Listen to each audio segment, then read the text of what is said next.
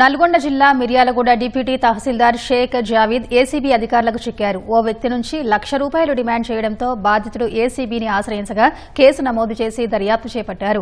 గతంలో మిర్యాలగూడెంలో పీడీఎస్ బియ్యాన్ని ఏపీలో ఒక వ్యక్తి విక్రయిస్తూ ఉండగా కేసు నమోదైంది.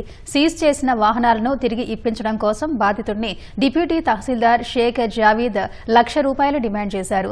అంత డబ్బు ఇవ్వడం ఇష్టం లేక బాధితుడు ఏసీబీ అధికారులను ఆశ్రయించాడు.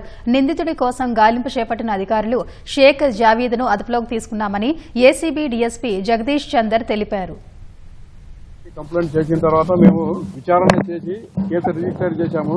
షేక్ జావీద్ గురించి వెంటనే అతను ఆఫీసులో అన్ఆథరైజ్డ్ ఆప్షన్స్ ఉండటం వల్ల కలెక్టర్ గారు ఆయన్ని సస్పెండ్ చేశారు. చేసిన తర్వాత ఆయన అబ్స్కాండింగ్ లో ఉండగా నిన్న సాయంత్రం ఆయన్ని పట్టుకోవడం జరిగింది.